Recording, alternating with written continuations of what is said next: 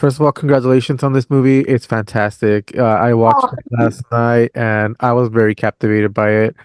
For you two, what what was it about the script that you guys enjoyed and wanted to be a part of it? Michael, do you want to go first or should I hop uh, in? we've been doing this. You've been taking the brunt of it, so I'll go first. Okay. Give you a little break there.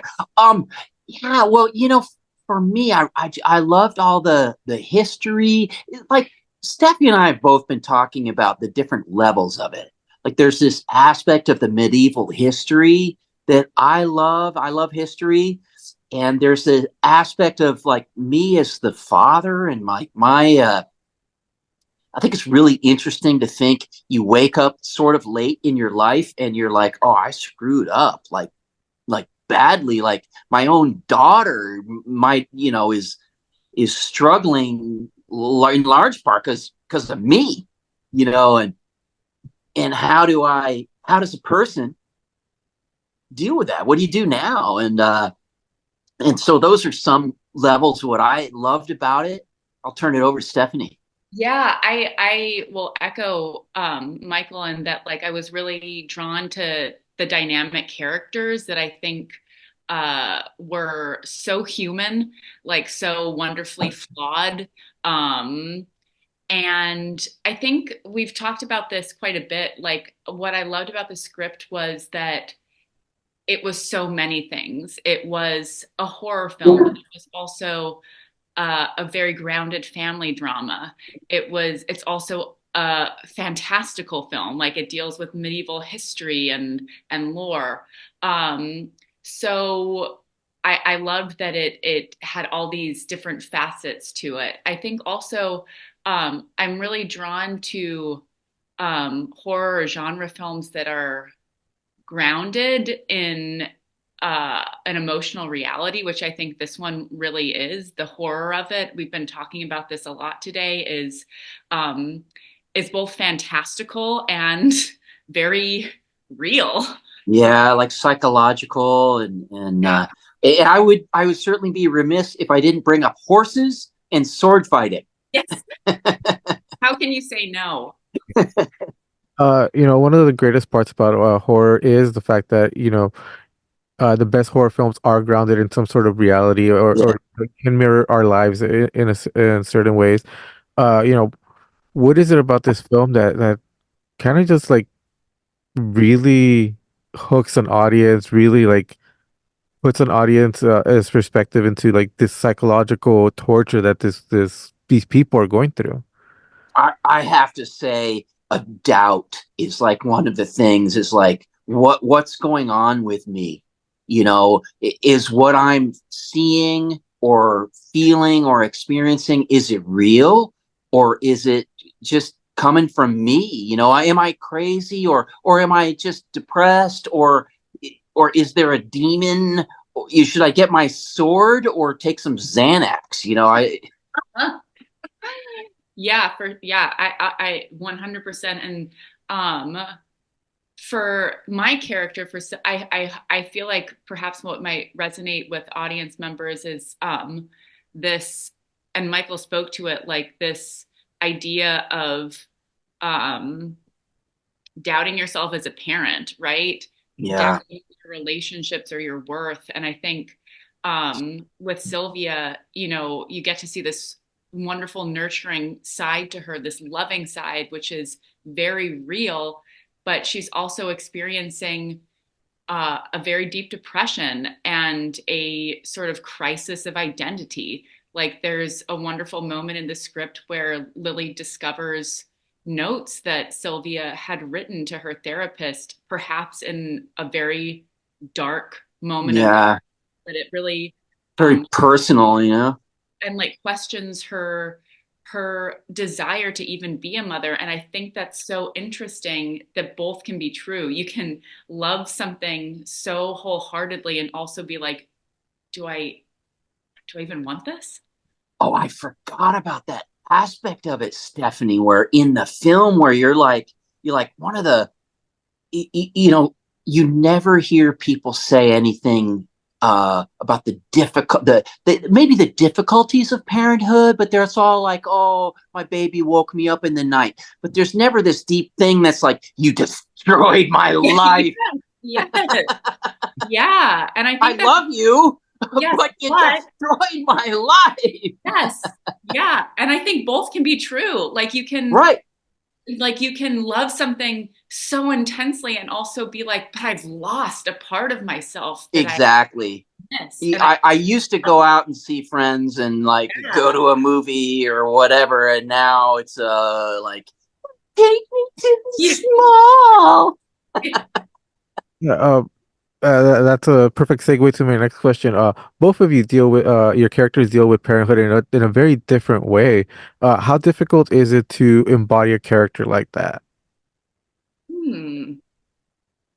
Well, well, it makes me wonder. Like how do I? I'm just asking that question, and then the first realization in my mind is that's how I do it as an actor.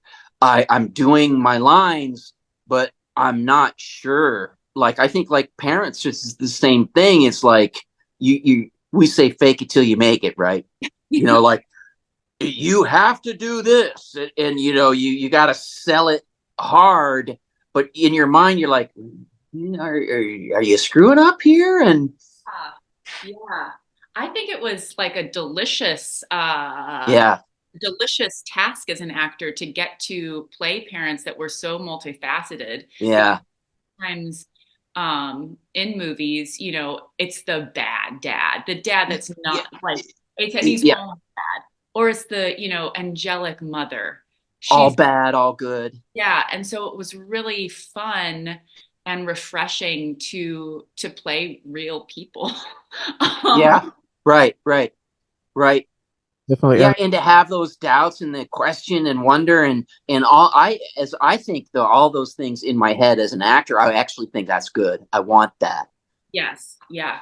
Definitely. And then on top of the characters being the way they are, you have the evil presence, that the demon. When adding that to it, how, what do you have to change in order to portray the emotions that these characters are having to go through? Because it seems like every step of the way there's something that really changes in each character. For me, it's disbelief turning into belief or faith, or a leap of faith is maybe the better answer.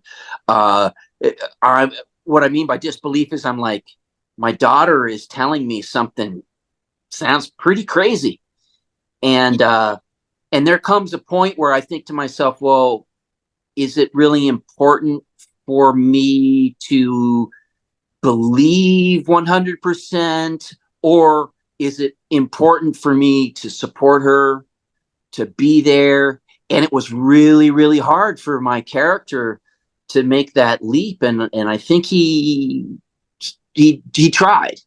Yeah. Yeah. And for Sylvia, I mean, like she's like I had the wonderful task of like embodying this demonic thing without like giving away too much. I guess in terms of me changing my performance or like evolving my performance, Yeah.